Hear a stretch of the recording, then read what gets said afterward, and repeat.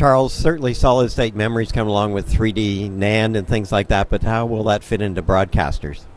So I think we're at a inflection point, a time where, just like with our laptops 5 years ago, we sort of stopped having hard disks in them and started having SSDs.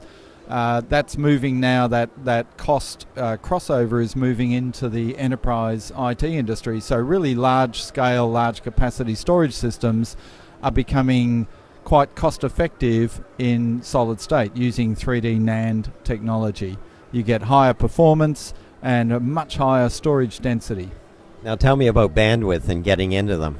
Yeah, so obviously the other thing we know about solid state memory is it's faster. You know, it's lower latency than hard drives. It's not based on spinning rotational media. It's a direct silicon connection to the memory.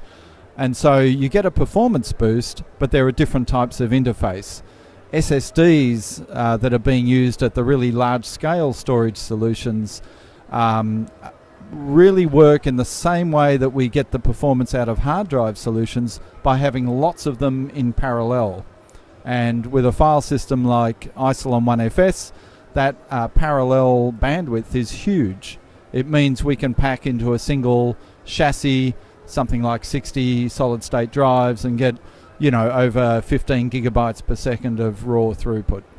So with solid state, we all know that read-write cycles, write cycles aren't permanent.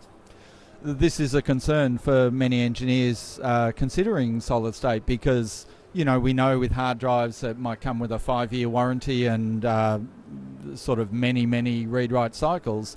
What about solid state? You know, don't you burn out the NAND if you write to a cell too often? And this is what we hear.